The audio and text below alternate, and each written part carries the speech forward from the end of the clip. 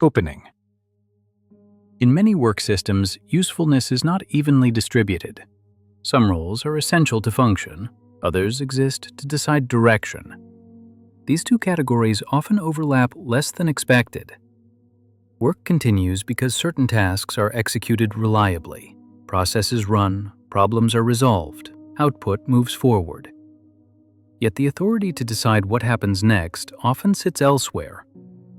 This separation is not hidden, it is built into structure. Decision-making is centralized, execution is distributed. Those who act are not always those who choose. At first, this arrangement feels practical.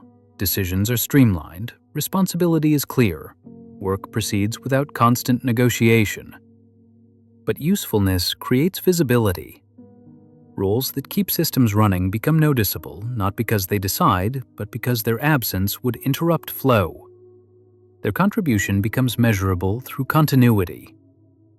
Despite this, decision power does not follow usefulness automatically. Essential work can remain peripheral to authority. Influence does not rise simply because a function matters. This creates a quiet asymmetry. The system depends on execution but protects control. Direction is guarded even as function is relied upon. Those who carry the work forward may shape outcomes indirectly, but they do not shape intent. They implement priorities they did not set. Nothing here is framed as unfair, nothing needs to fail. The system continues to operate as designed. This episode observes that design, the condition where usefulness is critical, visible, and relied upon, while authority remains elsewhere. Not as conflict, not as injustice, but as a stable arrangement that appears wherever execution and decision are kept apart. Observation. In many work environments, authority is easy to locate. It appears in titles, access, and decision rights. Direction is set from identifiable points.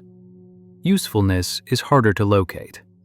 It is spread across processes, routines, and actions that keep systems operating day to day. These two do not always align. Some roles are essential to function. They maintain continuity. They absorb disruption. They translate plans into outcomes. Without them, work would stall. Yet these same roles often operate at a distance from decision-making. They execute priorities rather than define them. They respond rather than initiate. Their influence is indirect, filtered through structure. This arrangement is common enough to feel normal. The system separates thinking from doing. Decisions are made upstream. Execution flows downward. Feedback moves slowly, if at all. At first, this separation appears efficient. Decisions are centralized. Work proceeds without debate. Responsibilities compartmentalized. But over time, the imbalance becomes visible. The system relies heavily on certain functions. Their output stabilizes processes. Their judgment resolves edge cases. Their presence prevents breakdown. Despite this reliance, authority remains fixed. Decisions continue to be made elsewhere, often without direct exposure to execution. Priorities shift without consultation. Changes arrive as instructions rather than questions. The useful role adapts. It adjusts execution to fit direction. It absorbs friction created by decisions it did not shape. This adaptation is not framed as submission, it is framed as professionalism. The system praises reliability. It values responsiveness. It notices those who make plans workable. But notice does not equal influence. Usefulness increases responsibility without increasing control. The role becomes essential to outcomes, but peripheral to intent. Over time, this creates a quiet dependency. The system cannot function smoothly without the role, yet does not grant it authority. This dependency does not produce negotiation, it produces expectation. The useful role is expected to carry decisions forward, resolve inconsistencies, and maintain continuity even when direction shifts unpredictably. Nothing here is described as unfair. The system does not violate its own logic. It simply preserves separation. Authority remains protected. Execution remains exposed. The system continues to work, and because it works, the arrangement persists. when execution outpaces influence. As systems mature, the separation between usefulness and authority becomes less visible and more entrenched. It no longer appears as a design choice, it appears as reality. The useful role learns the system's rhythms, it anticipates bottlenecks, it compensates for incomplete decisions. It adjusts execution to preserve continuity. This adjustment is rarely acknowledged as influence, it is treated as competence. The system benefits from this quiet correction. Outcomes improve, disruptions are absorbed, plans appear to work as intended. But the intention itself remains unchanged. Decision-making stays insulated. Direction is set at a distance from execution. Feedback travels upward only after it has been filtered, summarized, or softened. The useful role experiences this gap directly. It sees where plans strain against conditions. It knows which priorities conflict. It understands what will fail before it fails. Yet this knowledge does not automatically translate into authority. Instead, it is folded back into execution. The role adapts again. Work is reorganized locally. Problems are solved in place. This creates an illusion of alignment. The system appears responsive. Adjustments occur. Output stabilizes. But alignment is happening without participation. The useful role becomes a buffer between decision and reality. It absorbs the cost of misalignment without altering the source. Over time, this buffering becomes expected. The system comes to rely on the role's ability to translate intent into function, even when intent is incomplete or contradictory. Gaps are filled quietly. Tensions are resolved informally. Authority remains clean. It does not need to account for these corrections. This arrangement produces a specific kind of stability. Decisions can remain abstract because execution will make them workable. Direction can remain protected because usefulness will absorb friction. The more effective the role becomes at this translation, the less incentive exists to change the structure. Usefulness begins to outpace influence. The role shapes outcomes without shaping priorities. It carries responsibility for results without authority over direction. This does not produce conflict. It produces normalization. Over time, the useful role stops expecting influence. It focuses on making things work. It measures success by continuity rather than authorship. The system rewards this focus. Reliability is noticed, dependence deepens. But authority does not move. The separation becomes self-reinforcing. The more capable the role is at execution, the less necessary it appears to involve it in decision-making. From the system's perspective, this is efficient. From within the role, it feels inevitable. The work continues. Outcomes hold. Nothing breaks. And because nothing breaks, the structure remains exactly as it is. Machiavellian lens. From a power perspective, separating usefulness from authority is not a flaw, it is a safeguard. Decision-making carries risk, direction creates accountability. Those who decide are exposed in ways those who execute are not. For this reason, power tends to protect decision rights carefully. Execution, by contrast, can be distributed. It can be delegated, refined, and intensified without altering control. Useful work can expand without shifting authority. This distinction allows systems to benefit from competence without surrendering direction. From this lens, usefulness is valuable precisely because it does not decide. It enables outcomes while leaving intent intact. Power prefers this arrangement. Those who execute essential work stabilize the system. They make plans viable. They absorb uncertainty. They prevent visible failure.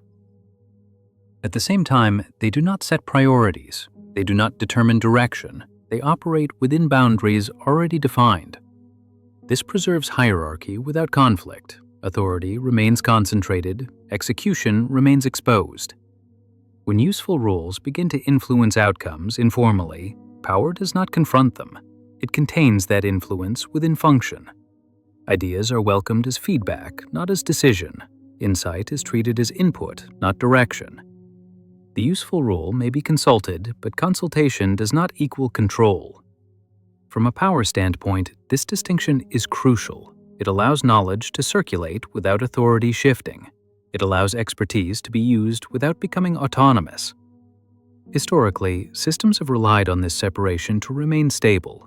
Those who know how things work are kept close, but not empowered to decide what should happen next. Their value makes them necessary. Their necessity makes them manageable. Power does not need to diminish usefulness, it needs to frame it. By defining usefulness as execution rather than direction, the system secures outcomes while protecting control. This framing does not feel oppressive, it feels orderly. The useful role is recognized for reliability. It is trusted to deliver. It is depended upon. But trust here refers to consistency, not agency. Agency remains centralized. From this lens, the system does not ignore usefulness, it relies on it. It simply ensures that reliance does not translate into authority. That translation would introduce unpredictability. It would blur lines of accountability. It would expose decision-making to those closest to friction. Power avoids this. The separation persists not because it is unjust, but because it is effective. And as long as execution continues to absorb complexity quietly, there is little incentive for authority to move. Modern framing, GREAM. In modern work systems, usefulness is often framed as opportunity. More responsibility is offered, broader scope is assigned. The language suggests growth. What does not always change is authority. Contemporary organizations frequently expand execution without expanding decision power. Roles become larger in function, but not in direction. Responsibility stretches sideways, not upward. This expansion feels progressive. It appears to recognize capability. The useful role is trusted with more work, more coordination, more complexity. But decision rights remain fixed. The system separates contribution from control. Influence is welcomed as support. Ideas are filtered upward. Final decisions arrive back down. This creates a familiar pattern. Those closest to the work manage consequences. Those farthest from execution manage priorities. The useful role becomes a translator. It interprets decisions made elsewhere and adapts them to conditions on the ground. It resolves friction created by strategy without reshaping strategy itself. This translation is invisible when it works. Outcomes appear aligned. Plans seem effective. Because of this, the system reads usefulness as confirmation, not as signal. The more effectively the role executes, the less need there appears to be to involve it in decision-making. Execution absorbs complexity so that authority can remain abstract. Modern systems reward this absorption. Reliability is noticed, responsiveness is valued. The role is described as critical. But critical does not mean influential. Responsibility increases without access. Accountability grows without control. The role carries outcomes it did not authorize. This imbalance is rarely discussed directly. It is treated as normal structure. When pressure appears, it is addressed through process, not authority. The useful role is asked to adjust, optimize, or compensate. Decision-making remains protected. From this framing, usefulness becomes a mechanism for stability. It keeps work moving even when priorities shift or decisions conflict. The system depends on this mechanism. At the same time, it avoids allowing usefulness to shape direction. Influence remains advisory, authority remains centralized. This arrangement persists because it works. Execution handles reality, authority preserves order, the useful role continues to deliver even as the distance between responsibility and control remains unchanged. Psychological mechanism. When usefulness is separated from authority, the psychological shift does not happen all at once. It unfolds gradually, often unnoticed. At first, expanded responsibility feels affirming. Being relied upon suggests trust. The role feels central to outcomes. Work appears meaningful. This sense holds while influence still feels possible. Over time, however, patterns repeat. Input is requested, but decisions arrive unchanged. Feedback is acknowledged, but direction remains fixed. The role begins to recognize a boundary, not a stated one, but a consistent one. Psychologically, this recognition produces adjustment rather than confrontation. The role does not push against the boundary, it works within it. Attention turns toward execution. Energy is invested in making decisions workable rather than questioning them.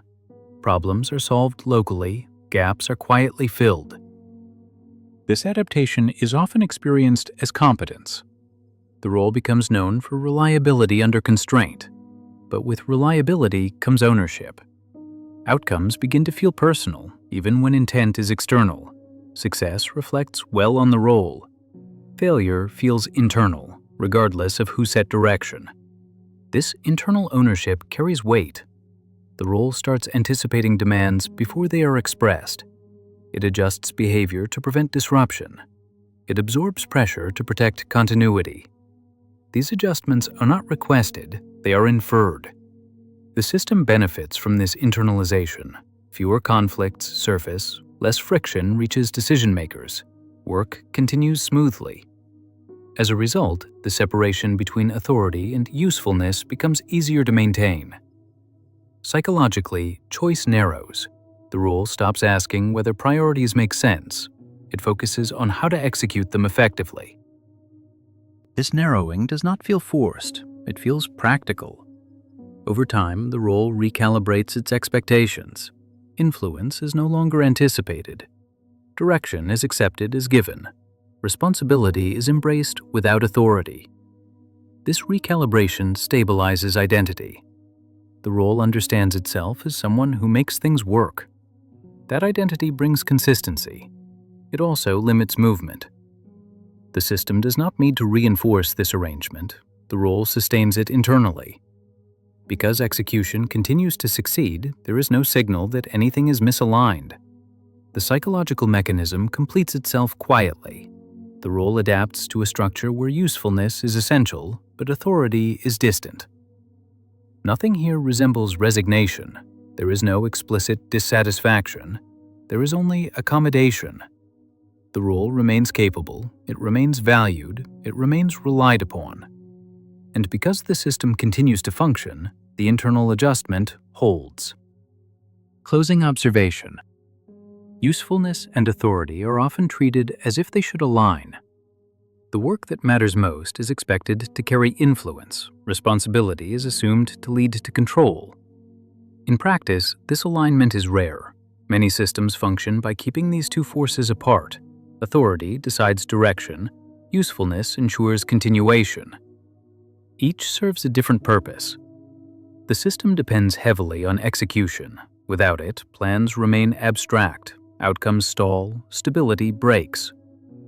Yet authority remains protected. Direction stays centralized. Decision-making is insulated from the friction of daily work. This separation does not require enforcement. It is maintained through structure. Roles are defined, access is limited, boundaries are implicit. Those who execute essential work become indispensable to continuity, but not to intent.